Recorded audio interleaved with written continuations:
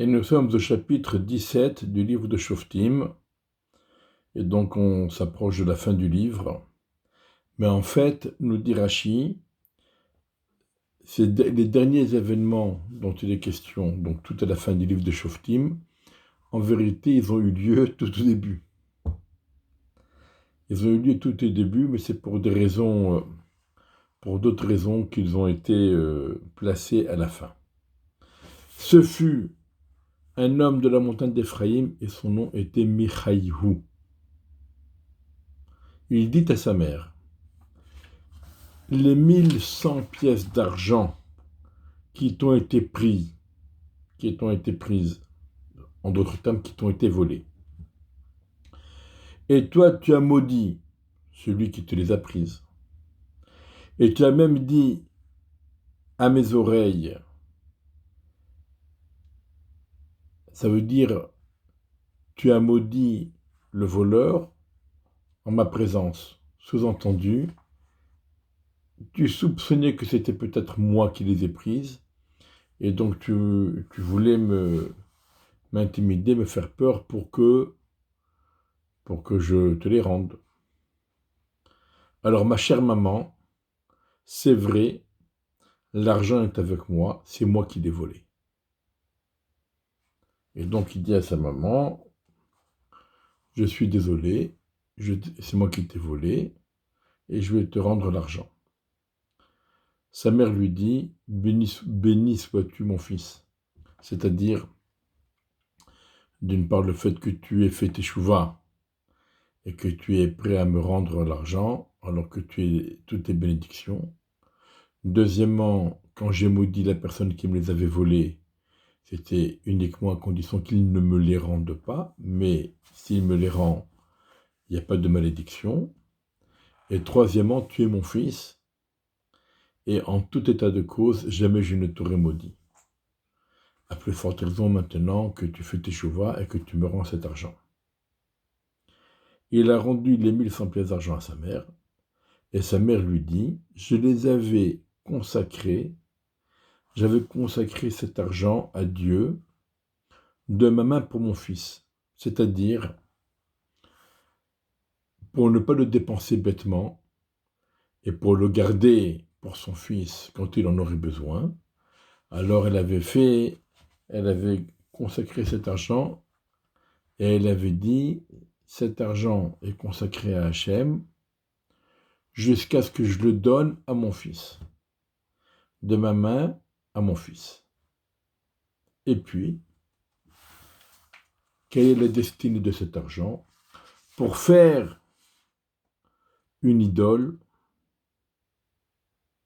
et maintenant, je te le rends. Toi, tu m'as rendu l'argent, et moi, je te le rends. Donc ici, on a un très, très, très gros problème. De quoi s'agit-il? On consacre l'argent à Dieu pour le destiner à faire une idole. Ça marche pas. Ça colle pas ensemble. Et effectivement, on voit ici une période après Yoshua, après Josué. On voit que les bénis Israël vivent une période de trouble. Ils ne savent plus. Alors, au fond d'eux-mêmes, ils ont la foi en Dieu, mais ils ont cette tendance à des pratiques païennes. C'est un interdit de la Torah de servir Hachem de la même façon qu'on sert, que les goyim servent leurs idoles. À tel point que les stèles que nos patriarches ont érigées en l'honneur d'Hachem et qui étaient appréciées par Hachem, depuis que cette mode a été prise pour les idoles, eh bien que le jour nous interdit d'ériger des stèles. Il ne le supporte plus. Rachid nous dit, ce qui était apprécié à l'époque des patriarches ne l'est plus maintenant, à partir du moment où ça a intégré les cultes païens. Et donc, la Torah nous dit, D'une part, il faut éradiquer tous les païens d'Eretz Israël, où ils s'en vont, où on les tue, où ils font teshuva. Mais on n'a pas le droit de laisser un païen parmi nous. Et malheureusement, durant les conquêtes d'Eretz Israël, les bénis Israël n'ont pas accompli cette injonction comme il le fallait, et avec le temps, ils ont été influencés par les cultes païens, et maintenant on se retrouve avec une personne qui croit en Dieu, mais qui veut le servir avec des idoles. Donc elle a rendu l'argent à sa mère. Sa mère a pris 200 pièces d'argent, elle les a données à un orfèvre, et il en a fait une idole, et elle était dans la maison de Michaïhou. Et le personnage Micha, il s'est fait donc un temple. Chez lui à la maison, il a ouvert un oratoire. Et il a fait un éphod. Le éphod, c'était le tablier particulier dont devait se revêtir le Kohen Gadol au moment où il servait. Ou Trafim. Trafim, c'est des divinités païennes, et c'était ce que possédait Lavan, le père de Rachel et de Léa. Il a nommé un de ses fils pour être le prêtre. À cette époque-là, il n'y avait pas de roi en Israël, chacun faisait ce que bon lui semblait. Ce pasouk-là, il va être répété de nombreuses fois jusqu'à la fin du livre de Shoftim. Il n'y a pas de roi et chacun fait ce qu'il veut. Ce fut un jeune homme qui venait de Bethléem en Judée. Et Bethléem, ça appartenait à la tribu de Yehuda. Et lui-même était un Lévi et il habitait là-bas.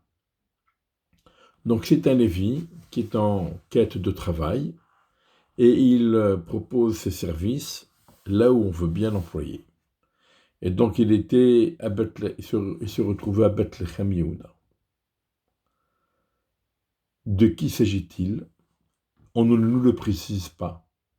Mais plus loin, on va nous dire, il s'agit de Jonathan, le fils de Gershom, le fils de Moshe Rabbeinu. Donc c'est un petit-fils de Moshe Rabbeinu.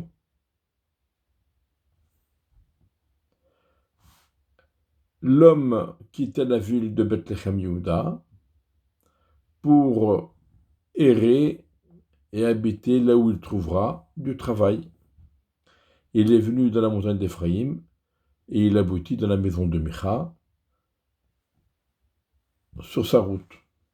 Et Micha lui dit, d'où viens-tu? Donc on voit ici, d'un côté on voit un niveau spirituel très bas, avec beaucoup de confusion, beaucoup de troubles. Mais d'un autre côté, on voit une approche sociale extraordinaire. Micha l'accueille. D'où viens-tu? Il lui a dit, je suis un Lévi, et je viens de Bethléem en Judée, et je suis parti pour habiter là où je trouverai du travail. Micha lui a dit, installe-toi avec moi, et tu seras pour moi un père et un prêtre. Un père, ça veut dire un enseignant. Tu vas m'enseigner, tu vas m'apprendre la Torah, et tu vas faire le prêtre. C'est toi qui vas t'occuper du service dans mon oratoire, dans mon temple, où il y a donc une idole. Et je te donnerai un salaire, 10 pièces d'argent pour l'année, ainsi que tout ton nécessaire vestimentaire et alimentaire. Donc, comme on dit, le gîte, le logis, le repas, plus 10 pièces d'argent pour l'année. Et le Lévi accepta.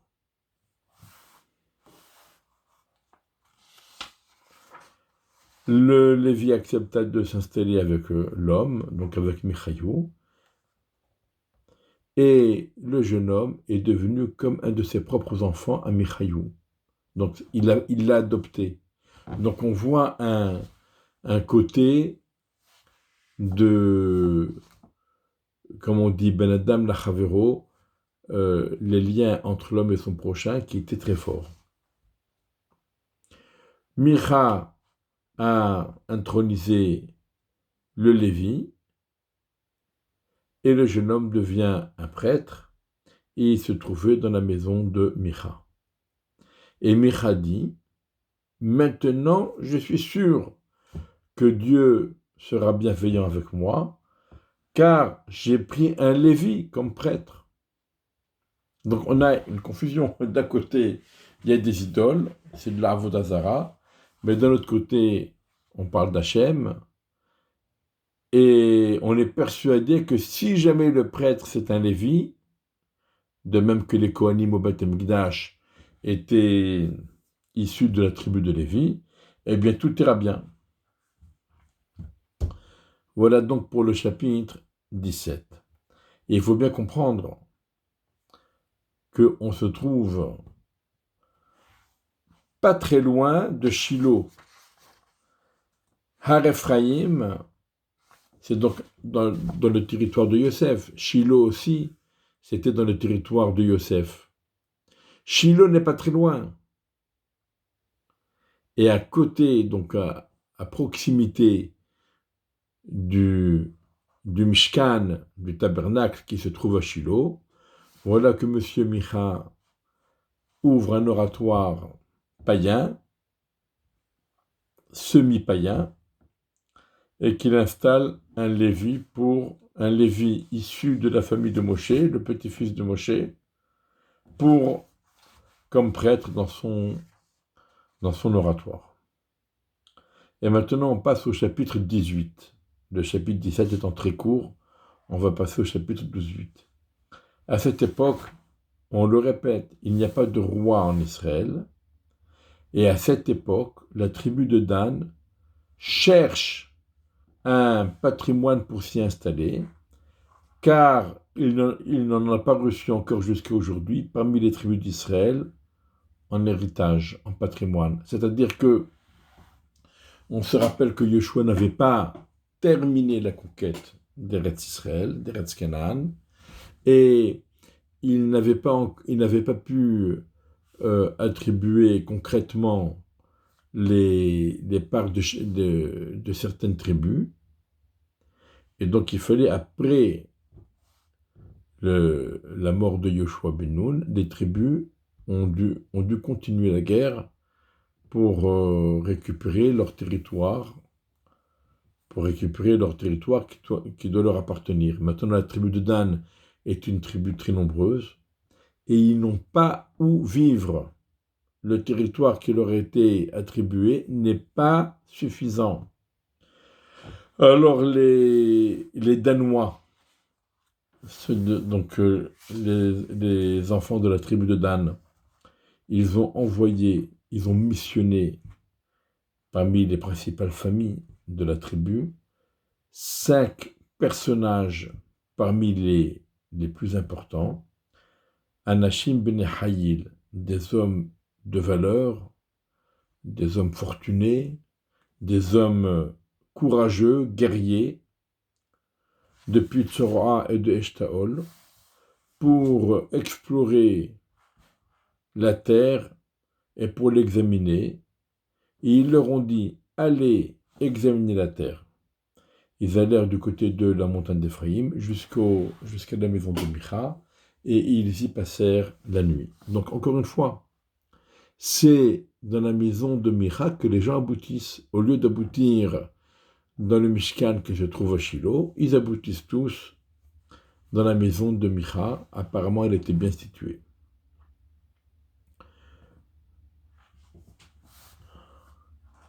Alors, ils étaient arrivés donc dans la maison de Micha et ils ont reconnu la voix du jeune prêtre, le Lévi. Bien sûr qu'ils le reconnaissent, c'est pas n'importe qui, c'est le petit-fils de Moshe Rabbeinu. Et certainement, puisqu'il est en quête de travail, alors il était à Bethléem Yehuda pour le travail, mais certainement il a dû passer aussi dans les régions appartenant à Dan, où il a pu travailler de temps à autre. Ils se dirigèrent par là-bas et ils lui dirent « Mais qui t'a fait venir jusqu'ici? Et qu'est-ce que tu fais là? Et c'est quoi ton rôle ici ?» Donc ici, les termes qui sont employés nous rappellent ce qui a été dit à Moshe Rabbeinu. Il lui dit « Mi eviacha halom ». Le mot halom nous rappelle lorsque Moshe Rabbeinu, lors de l'apparition du buisson ardent, Dieu a dit à Moshe Rabbeinu « Al tikra valom » ne t'approche pas jusque-là. De même, quand c'est marqué au Malechapo, ça nous rappelle lorsque Dieu a dit, dans cette même occurrence, au Misampe la Adam, qui a mis une bouche à l'homme. Et quand il dit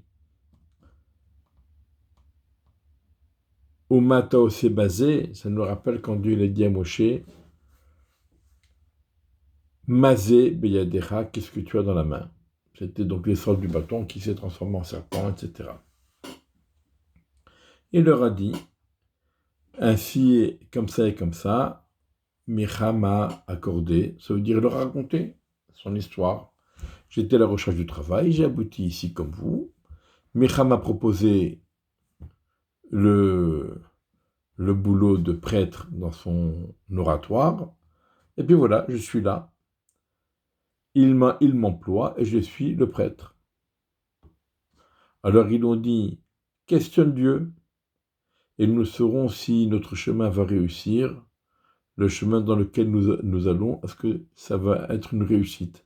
Donc encore une fois, She'alna Belohim, questionne Dieu, mais questionne Dieu, allez au Mishkan de Shiloh, là-bas il y a des grands tzadikim, demandez-leur. Non, on lui demande à lui, apparemment il a plus de succès que le Mishkan de Shiloh, malheureusement. Et donc il lui demande à Dieu si nous allons réussir dans notre entreprise. Et le Cohen leur a dit, est-ce qu'il a demandé à Dieu ou pas? On n'en sait rien, mais en tout cas, il sait quelle réponse il doit donner en pareille occasion.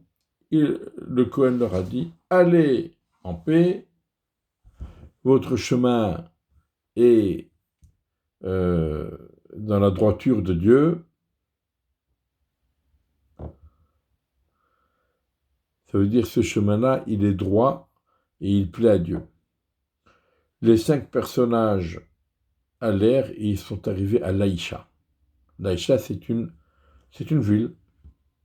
Ils ont vu le peuple qui s'y trouvait, installé en toute sécurité. Kemishpat Tzidonim.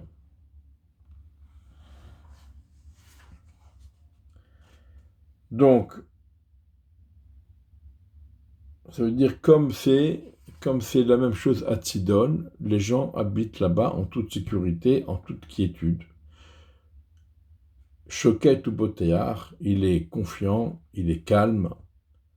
Ve'en machlim davar ba'aretz, et il n'y a aucune menace.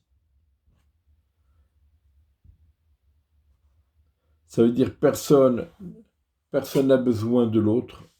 Il n'y a pas de honte dans cette ville. Personne n'a honte de l'autre. Personne n'est dans le besoin de demander à quelqu'un de l'aide et que l'autre pourrait le lui refuser. Il n'y a pas de honte. La situation est tellement bonne que personne n'a besoin de quiconque. Tout le monde vit dans le calme, dans la sécurité, la sérénité. Yoresh Etzer,